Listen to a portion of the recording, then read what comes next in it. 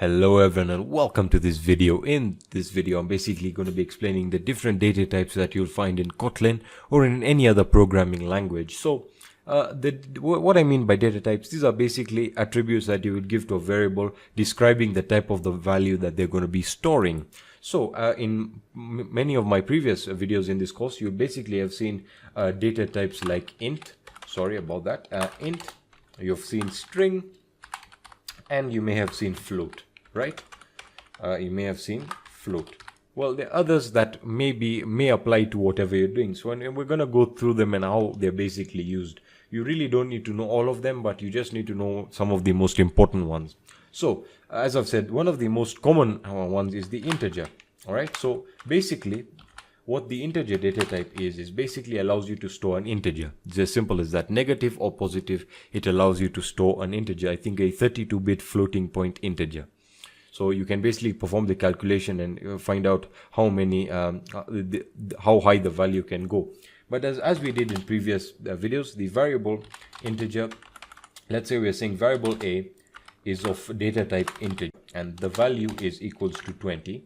All right. So that's basically an example of a variable. You can also say variable b of integer, of data type integer is equals to negative 10. It will allow both a negative or positive integer value of a floating point of 32, a 32-bit floating point. All right. You then have something like string. All right. Now string is basically a string or a sequence of characters. So for example, we can say variable name. Very good example is we can say variable name string is equals to Alexis, right? And this is basically going to allow you to store any collection of characters to basically make a word or a sentence, really. So you can say Alexis and you get the idea, really. So string is pretty self-explanatory. You then have your float. All right, now your float will allow you, again, very similar to the integer, but will allow you a 32-bit floating point 32-bit floating point decimal. It will allow you to store decimal. So basically how you go about declaring a float data type is you'd say variable, for example, we can say variable sum of a floating data type is equals to 20.6.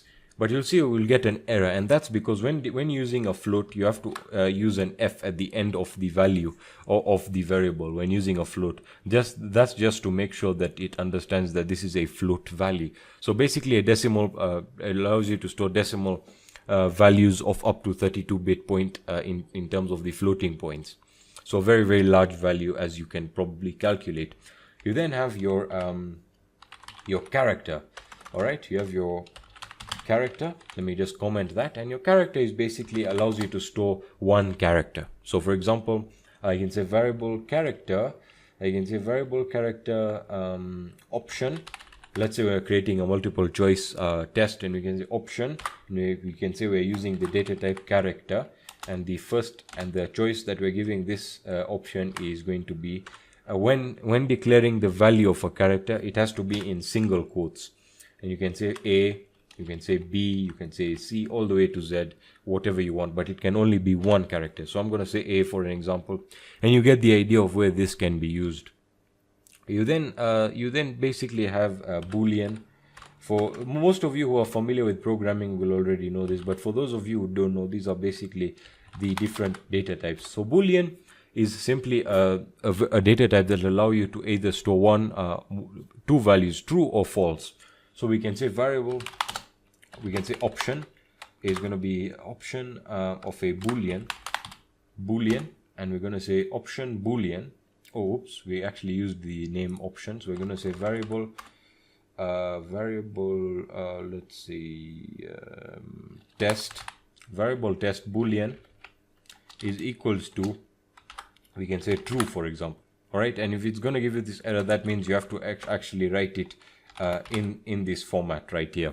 All right, because this is it's not a string or a character. It's basically a conditional statement that's saying it can either be true or false. All right, so you get the idea. So these are some of the most important data types that will come across in Kotlin. The rest of the ones that will come across, I explain them as we go along. But I just wanted to clear this out of the way so you guys have a basic understanding of how they are, how they work, and what they actually store. How to convert data types from one data type to another. So we've basically looked at this very briefly in the past videos, where we were basically converting the data that was input through the read line from string to integer.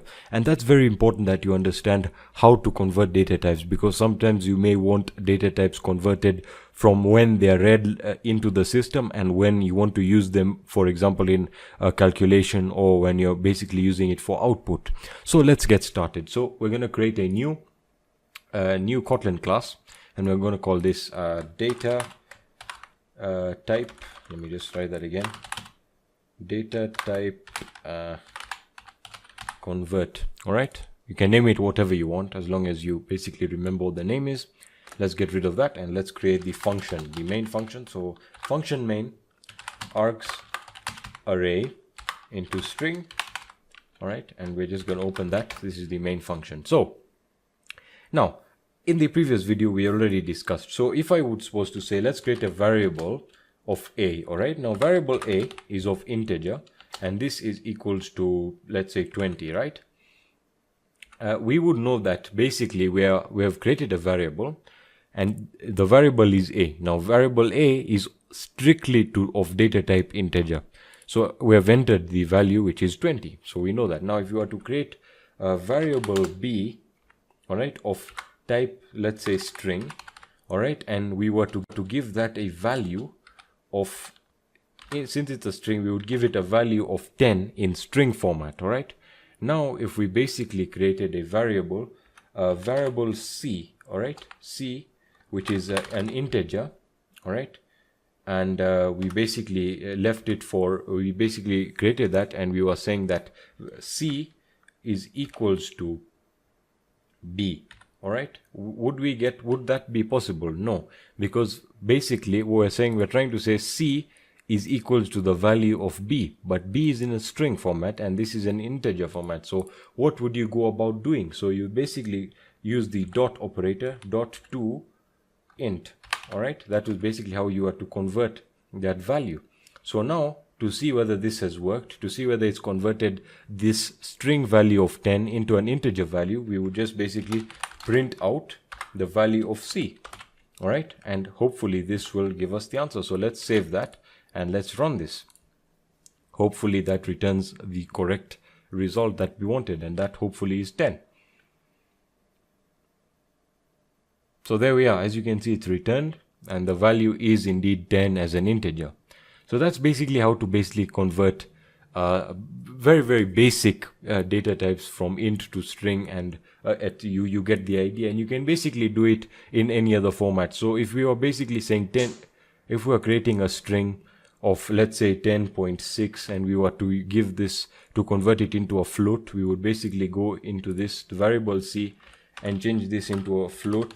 All right, and then we would go here and say to float, oops, sorry, I used my caps lock there again, sorry, to float, right? So very, very simple, and that would basically convert it into a float, and it will basically be treated as a float instead of a string. So let's save that and see whether it returns the same thing.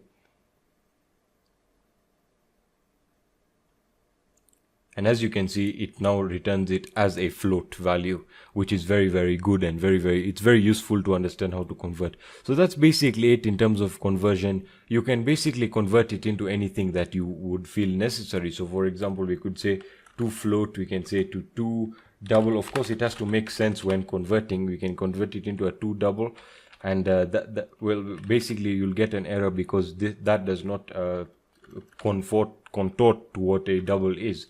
So let's just leave it at 2 integer, and you get the idea. It's very, very simple to convert these data types. So we will change this to an integer, and basically it will be considered it as an integer, and we can change that back to 10. So you guys get the idea of changing one one data type into another, you use the dot operator, then toInt, which for most of you who are familiar with the Java programming language will already have understood that you use this. So you can say toInt, or you can say toString, or you could change it to toDouble, to toShort, and etc for different data types. So let's just leave this as int, and that's basically it for this video.